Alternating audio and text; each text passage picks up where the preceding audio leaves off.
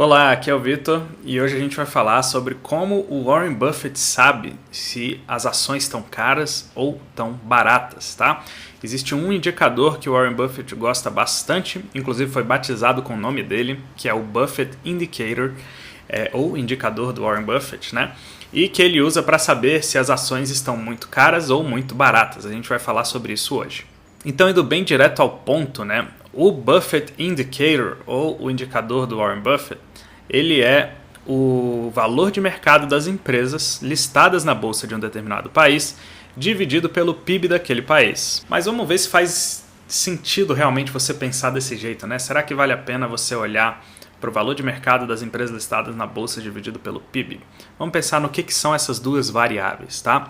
Se você olha para o PIB significa tudo que aquele país, né, as pessoas daquele país, as empresas daquele país produziram de bens e serviços numa janela de tempo. Geralmente é um ano, tá? Que a gente fala sobre PIB.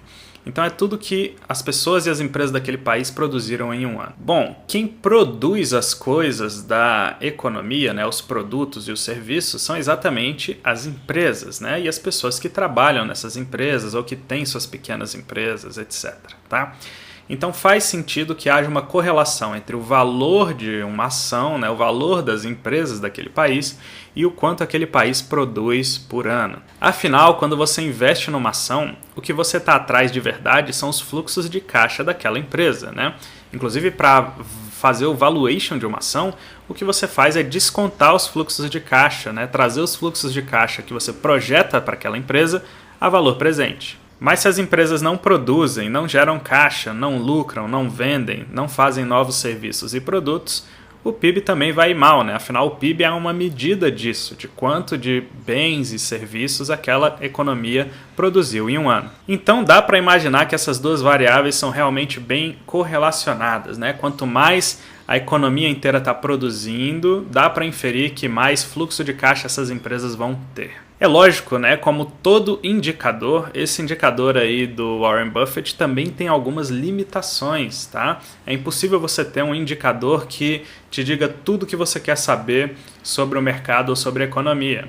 Então esse indicador tem algumas limitações, vou falar um pouco delas agora. A primeira limitação é o seguinte: se você pensa no PIB, o PIB é uma variável de fluxo, ou seja, todos os anos você está ali medindo o PIB. Já o valor de mercado das empresas é uma variável ali de estoque, tá? Por quê? O valor de mercado das empresas geralmente é avaliado assim. Você pega todos os fluxos de caixa que você imagina que essa empresa vai trazer no futuro e você traz isso para valor presente. Ou seja, o valor de mercado da empresa já embute dentro dele ali uma expectativa do futuro, tá? Então ele já pega esse futuro e traz tudo a valor de hoje. Então é uma variável de estoque, não de fluxo. A segunda limitação é que esse indicador deve funcionar melhor para alguns países do que para outros, tá? Afinal, tem países em que boa parte das empresas está lá listada na bolsa e você consegue medir o valor de mercado delas. Já tem outros países em que poucas empresas estão na bolsa. Então é difícil de medir a economia como um todo baseado apenas nas empresas que estão listadas na bolsa. Como a gente vai falar hoje aqui de Estados Unidos, muitas empresas dos Estados Unidos estão na bolsa, então é um indicador razoavelmente confiável. Mas esse número de empresas listadas na bolsa pode aumentar e diminuir, e é lógico que isso também vai afetar o índice, né, o indicador do Warren Buffett. Eu vou falar de Estados Unidos aqui, porque os Estados Unidos também tem uma correlação forte aqui com o Brasil quando a gente pensa em crises, tá? Então, se der algum problema lá na Bolsa Americana e tiver uma crise lá, a Bolsa Brasileira provavelmente vai cair forte também, tá? Não imagine que vai ser qualquer coisa diferente, eu já ouvi muito falar disso, principalmente agora nessa última crise, né? O pessoal acreditava no decoupling, ou seja, né, o Brasil vai descolar dos Estados Unidos e apesar de poder ter uma crise lá, aqui no Brasil não vai ter, enfim, já ouvi muito essa conversa, isso não funciona. Quando os Estados Unidos cai forte, a tendência é que as outras economias do mundo também tenham crise nas suas bolsas. Bom, voltando aqui às limitações desse indicador, né, uma terceira limitação, que é uma limitação muito forte, é que esse indicador não pega nada sobre taxas de juros que são praticadas ali naquele país, né? Como vocês sabem, a taxa de juros tem uma relação inversa com a bolsa, ou seja, quanto menores são as taxas de juros, provavelmente a bolsa vai ir melhor, tá? Isso tem ali dois motivos principais, né? Que eu consigo pensar aqui no topo da minha cabeça. A primeira é que quando a taxa de juros está muito baixa, a alternativa para a renda variável fica muito mais desinteressante, né? Afinal, você não quer investir num título lá de 30 anos que paga 1,5% ao ano, né? É muito pouca rentabilidade. Então as pessoas elas vão mais para o risco, elas topam correr um pouco mais de risco para ter mais rentabilidade e elas acabam indo para a renda variável e para a bolsa de valores. Um outro motivo pelo qual a taxa de juros baixa acaba sendo bom para a bolsa, aumentando a cotação das ações na bolsa, é que, como eu falei, né, o valor de mercado de uma empresa ele é baseado no fluxo de caixa futuro que você projeta para aquela empresa, trazido a valor presente. Para trazer esse fluxo de caixa a valor presente, você tem que usar uma taxa de desconto, né? Para descontar o valor do dinheiro no tempo. Essa taxa de desconto está muito ligada à taxa de juros do país. Então, quando a taxa de juros está muito baixa, essa taxa de desconto é baixa e o valor presente desses fluxos de caixa aumenta. Ou seja, as ações ficam mais caras. Já quando você sobe os juros, o contrário acontece, né? Você desconta esses fluxos de caixa com uma taxa maior, o valor presente desses fluxos de caixa diminui e o valor das ações acaba diminuindo também. Por isso que existe essa relação inversa entre juros e bolsa. Bom, apesar de todas essas limitações que eu falei aqui, tem algumas outras também que eu não falei para não entrar muito nisso, olha o que o Warren Buffett fala sobre esse indicador, tá? Eu vou ler aqui exatamente o que ele falou, eu estou pegando isso aqui no blog do CFA, tá? Então é uma fonte bem segura de informações. O Warren Buffett falou isso aqui em 2001, tá? Esse ratio, né, esse indicador, tem algumas limitações em te dizer o que você precisa saber.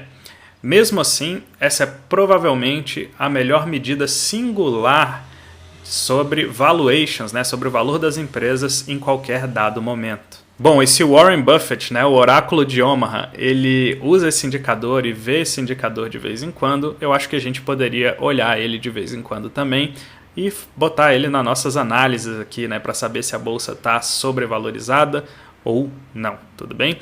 E eu vou botar aqui na tela um gráfico desde 1950 mostrando o comportamento desse indicador, tá?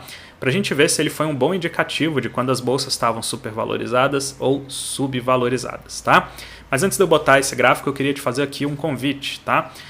Tem um grupo lá no Telegram e o link para entrar nesse grupo está aqui no primeiro comentário desse vídeo. É um grupo gratuito onde os seguidores aqui do canal, o pessoal que gosta aqui dos vídeos, vai lá discutir sobre o mercado, trocar informações, trocar ideias e se ajudar lá nesse grupo, tá? Então, se você quer fazer parte, basta clicar aqui no link no primeiro comentário desse vídeo. É totalmente gratuito e vai ser muito legal te ver lá dentro. Agora vamos mostrar esse gráfico aqui desde 1950 para a gente dar uma olhada no comportamento desse indicador. Bom, então aqui na tela agora está um gráfico desse indicador desde 1950 para vocês, tá? Aqui na tela ele já está com a linha neutra ali, né, no trendline, e já está mostrando também um desvio padrão e dois desvios padrões para cima e para baixo, tá? Então você já consegue ver ali os momentos em que esse indicador diria que o mercado está sobrevalorizado ou está subvalorizado. Se a gente for dar uma olhada aqui nesse gráfico, você vai ver que boa parte do tempo ele está ali no que a gente chama de valor justo, tá? Ou seja, ele está entre um desvio padrão para cima e um desvio padrão para baixo dessa linha histórica ali de valor justo, tá? A maioria do tempo, durante os anos, esse gráfico está nessa região de valor justo. Em alguns momentos ele está supervalorizado e em alguns momentos subvalorizado. Vamos começar aqui do início, né? Então, o primeiro momento em que a gente vê esse indicador mostrando que a bolsa está supervalorizada foi ali na década de 60, né? Então, durante a década de 60, esse indicador passou um bom tempo ali na região de supervalorizado, que é essa regiãozinha amarela aqui, tá? Isso foi logo depois da Segunda Guerra, né? Então teve aquele momento em que os vencedores da Segunda Guerra passaram por um grande boom econômico aí e a bolsa acabou subindo bastante também, tá? A partir dos anos 70 ali mais ou menos, teve toda aquela história de choque de petróleo, crise energética, etc. E esse indicador voltou lá para baixo, para casa do subvalorizado, tá?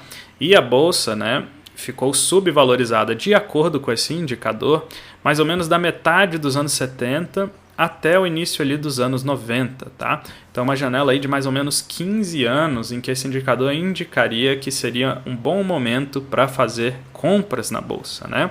Então o pessoal que começou a acumular ações aqui na metade do ano 70 até os anos 90, pegou esse período em que o indicador aqui mostrava que a bolsa estava subvalorizada, ok? A partir dos anos 90, começou aquela mania, né? As tech stocks, as ações da internet, né? E a bolsa subiu vertiginosamente até chegar próximo aqui dos anos 2000, né? Já perto ali da virada do século, tá? Nesse momento, a gente pode ver aqui que esse indicador chegou na parte vermelhinha aqui pela primeira vez, tá? Que é o que indica que a bolsa está fortemente supervalorizada, tá? Então, é esse primeiro quadrinho vermelho que vocês podem ver aqui, que está escrito Internet Bubble, ou seja, bolha da internet. Bom, a bolha estourou, né? Vocês conhecem essa história. A bolsa afundou bastante, tá? E ela voltou ali para aquela região de valor justo, tudo bem? E ficou ali até acontecer a crise financeira de 2008, tá? Então, em 2008 a gente teve a crise do subprime, que foi uma crise lá nas hipotecas, né, dos Estados Unidos. E quando teve essa crise do subprime, aconteceu uma grande desvalorização na Bolsa de Valores também. Esse indicador ainda media um valor justo prévio a essa crise do subprime, né, para as ações. Depois que a crise aconteceu e o valor da bolsa estava lá nas mínimas, né, a bolsa estava bem barata, esse indicador deu compra de novo aqui, ó, nesse quadrinho verde que a gente está vendo aqui embaixo do gráfico, perto ali de 2008, tá?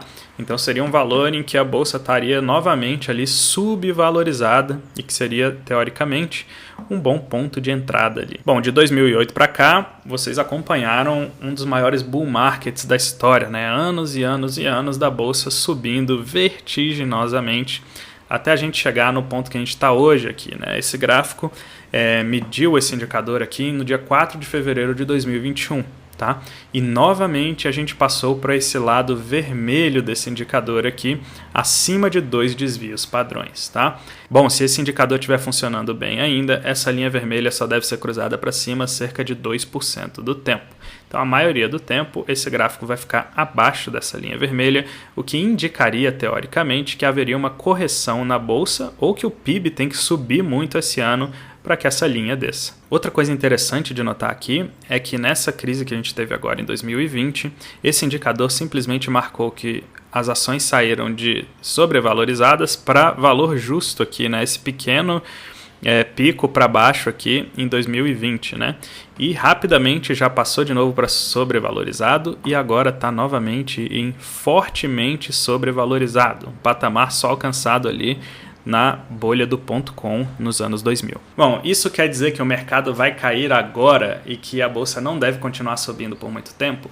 Sinceramente, eu não sei, tá? Não dá para saber, na verdade. Mas, na minha humilde visão, agora é um ponto em que o risco-retorno está compensando cada vez menos. A chance do mercado corrigir forte está cada vez maior e a chance dele continuar subindo está cada vez menor. Mas essa é apenas a minha opinião, tá? Você não deve levar isso como uma recomendação de investimento. Bom, e a pergunta que fica é sempre essa, né? O que fazer agora? Já que a bolsa pode continuar subindo, eu quero estar exposto em bolsa. Mas se a bolsa pode corrigir muito forte, eu também não quero estar muito exposto em bolsa. Então, como agir e como investir num cenário desse, tá? Uma resposta pode ser a estratégia Barbell, tá? Uma estratégia popularizada aí pelo Nassim Taleb e o Mark Spitznagel, tá? Eles usam essas estratégias lá no fundo deles, o Universa, nos Estados Unidos, e parece que está funcionando bem, tá? É uma estratégia chamada Barbell Strategy, ou estratégia do halter, né? Eu falei um pouco sobre essa estratégia num outro vídeo aqui do canal e eu vou deixar esse vídeo aqui. Então, se você quiser aprender lá como está exposto aos mercados, mas ao mesmo tempo está protegido das crises, recomendo que você clique nesse quadradinho aqui e vá lá conferir a Barbell Strategy, tá? Muito obrigado por estar comigo até aqui agora. Eu te vejo no próximo vídeo. Grande abraço.